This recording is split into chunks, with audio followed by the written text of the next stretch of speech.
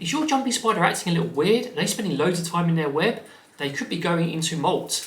Find out all the information about what goes on then in this video. Hello everyone, I'm David and welcome back to Spooderpods. Today I'm going to be talking about jumping spiders and molting. It's an interesting experience and it's something that new owners may not be prepared for, so I thought it would be very interesting to discuss. Remember, if you like invert content, hit like, subscribe to the channel and don't forget to hit the notification bell so you don't miss any content from me in the future. Now, molting is a natural process that a lot of animals go through. You see it with snakes, reptiles, inverts, even parrots. These guys molt regularly, although it's not quite as dramatic as when you have an invert doing it or a spider, constantly using feathers. When a spider goes into molt or pre-molt, their behaviour may change. They may spend more time in their web, they may be more reluctant to take food, they may be inactive more, and those are all good indicators they're about to go into a molt. And generally you want to make sure that they're reasonably well fed before they start this process, but because they're pretty willful, you may not be able to, so you may have to just sit and watch and wait until after it's done to give them a good feeding. Generally your jumping spider will know and be prepared for their molt, so they will probably only do it when they're reasonably well fed, so you don't normally have to worry about it. Telltale signs that your jumping spider may be coming into molt would be potentially falling from the ceiling of their enclosure because they spend lots of time there, and then flipping over and acting normally afterwards. They may be spending a lot more time in their web, they may be refusing the food, or they may be just spending a lot more time on the ceiling than they would normally.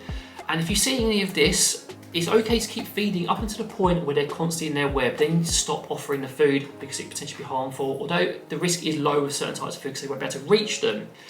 But generally, once your jumping spider goes into molt, you just want to leave them alone and let them get on with it. The only kind of thing you want to do is provide a little spritz of water not too far from the web in case they come out and want to drink.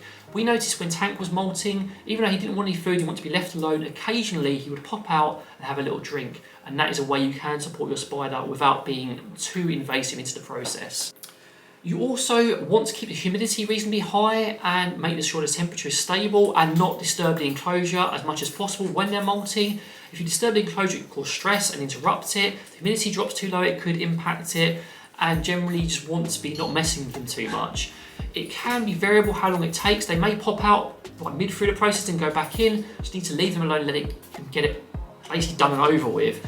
For Tank, it took a couple of weeks, and then we noticed that he'd shed this lovely little exoskeleton, which I'll put a close-up for on the screen for you now. And he basically just left it in his web and then sat there with it. Some jumping spiders leave them in the web as like a decoration. Tank decided he was just going to push it straight out and get rid of it. He didn't want it. The other important thing to do is once your spider has finished their molt, do not try to feed them immediately. They need a bit of time to harden up, to basically just get ready to live their lives again. They may also be a bit more hesitant to explore. They may feel a bit more nervous, so you need to give them some time for that reason as well. Once it's been a little while and you do notice they've hardened up, they're exploring more regularly, you can then start offering food. But if they don't want to take it, don't panic, just try again another day and just relax about it. Again, once your jumping spider has molted, they may be more reluctant to do certain things. Don't panic with it, just let them get on with it and they'll return back to normal pretty quickly. You also may notice they've changed size, or they may have different slight colours, which is very interesting. You see it with all sorts of molting and inverts, and with even birds as well, and it's quite an interesting experience to watch.